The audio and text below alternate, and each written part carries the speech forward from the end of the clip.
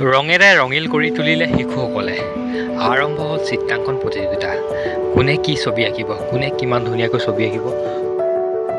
যোৰহাটৰ পবিত্ৰ ভূমিৰ পৰা জন্ম লাভ কৰা আপোনালোকৰ সকলোৰে প্ৰিয় চেনেল পোহৰ লাইভ 8ৰ ষষ্ঠ বসতি জিলাভিত্তিক প্ৰাইজমণি চিত্ৰাংকন প্ৰতিযোগিতা আৰম্ভ হয় শিশুসকলৰ মাজত। আৰু ৰঙেৰে ৰঙিল কৰি তুলিলে শিশুসকলে।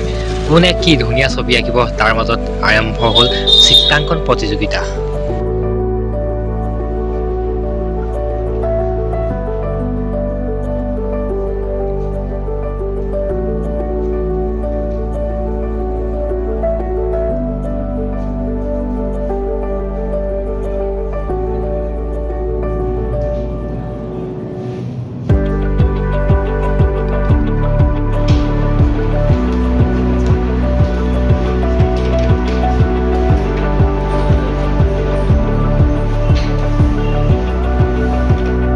লগতে এই অনুষ্ঠানটোত বিভিন্নজন বিশিষ্ট ব্যক্তি উপস্থিত হয় আৰু উপস্থিত থাকি শিশুসকলক অধিক উৎসাহিত কৰে।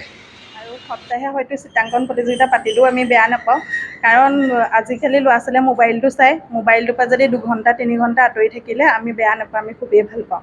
যথেষ্ট ভাল লাগিছে। আজি আমি পোহৰ লাইভ 8ৰ ষষ্ঠ বাৰ্ষিক যি বৰ্ষপূৰ্তি অনুষ্ঠান, তাৰ বাবে আজি চিত্ৰাংকন প্ৰতিযোগিতা অনুষ্ঠিত কৰা হৈছে 86 নং ধেনুচোচা প্ৰাথমিক বিদ্যালয়ত।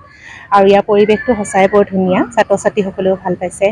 আৰু আমাৰ ইয়াৰ আৰম্ভণি আৰু বহুতো প্ৰতিযোগিতা আছে, যাতে সকলোৱে সঁহাৰি আৰু সহযোগিতা আগবঢ়ায় তাৰে কামনা কৰিছোঁ। আৰু লগতে পোহৰ লাইভ 8 হয় এই ধৰণৰ প্ৰশ্ন আচলতে সুধিলে মানে অকণমান উত্তৰ দিয়াটো কঠিন, তথাপিও সেই আগলৈ উভতি যাবলগীয়া হয় যে কেনেধৰণে আমি প্ৰথম মাহৰ পৰা আৰম্ভ কৰি প্ৰথম খোজটো দিয়াৰ পৰা আৰম্ভ কৰি আজি 6টা বছৰ অতিক্ৰম কৰিবলৈ সক্ষম হৈছোঁ। যথেষ্ট কষ্টৰ ত্যাগ তাত আছে, সেইখিনি পাছৰ কথা।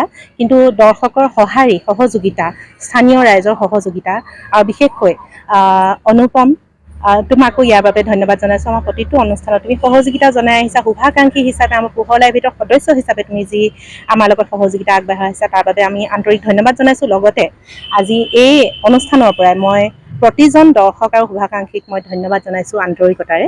আৰু আমাৰ যি পোহৰ লাইভ 8ৰ বাৰ্ষিকী অনুষ্ঠান অহা 30 আগষ্টত অনুষ্ঠিত হ'ব, ইয়াৰ পৰাই মই সকলোকে নিমন্ত্ৰণ জনাইছোঁ যে সকলোৱে আহি আমাক আশীৰ্বাদ দিয়ে যেন আমাৰ অনুষ্ঠানটো এইদৰে আপোনালোকৰ পদধূলাৰে যাতে যি পাল হৈ উঠক, আপোনালোকৰ আশীৰ্বাদ সদায় আমাৰ কাম্য। ফূৰ্তিৰ বাবে যি আজি চিত্ৰাংকন প্ৰতিযোগিতা পাতিছে, তাত আজি ল'ৰা ছোৱালীবিলাকে আহিছে, যোগদান কৰিছে, তাহাঁতি বহুত ভাল পাইছে। এইবছৰৰ সৈতে মোৰ হয়তো 3 বছৰ হৈছে নেকি ইয়াত অংশগ্ৰহণ কৰা।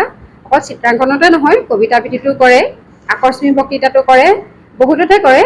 কিন্তু ইয়াত যিটো সি ভাল পায় মানে বেলেগৰ আজিতো বহুততে আছিলে আৰ্ট কম্পিটিশ্যন, কিন্তু সি তালৈ নাই যোৱা, মানে সি ইয়ালৈ আহিবলৈ বিচাৰিছে। ইয়াত মানে সি বেলেগ এটা আনন্দ লাভ কৰে।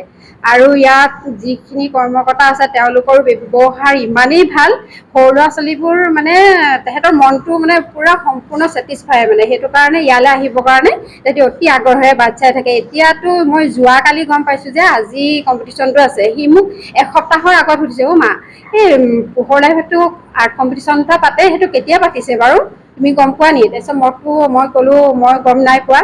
তাৰপিছত সি কৈছে তুমি খবৰটো ৰাখিবা, মই কিন্তু তালৈহে যাম। তাৰপিছত যোৱাকালি সি গম পালে, গম পাই লৈ পেলাই আজি আহিছোঁ। আৰু সি ভাল পাই কাৰণে অংশগ্ৰহণ কৰিবৰ কাৰণে আহিছোঁ, এতিয়া কৰি আছে। ধন্যবাদ।